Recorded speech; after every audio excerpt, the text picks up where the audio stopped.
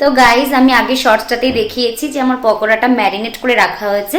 এই দেখো আমার চিকেন বানানোর জন্য সব ম্যারিনেট হয়ে গেছে। এতে আছে বেসন, কর্নফ্লাওয়ার, বোনলেস চিকেন, লবণ, হলুদ, জিরে গুঁড়ো, ধনিয়া গুঁড়ো, আদা পেস্ট, রসুন পেস্ট, পেঁয়াজ পেস্ট আর ধনেপাতা।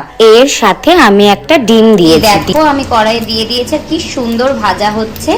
এবার আমার ভাজা হয়ে গেলে এটা তুলে নেব। Chicken pakora ready. এবার আমি খেয়ে নেবো। এর সাথে তোমরা সসও অ্যাপ্লাই করতে পারো বা শুধু শুধুও খেতে পারো। আমি তো শুধুই খেয়ে নিই। Thank you.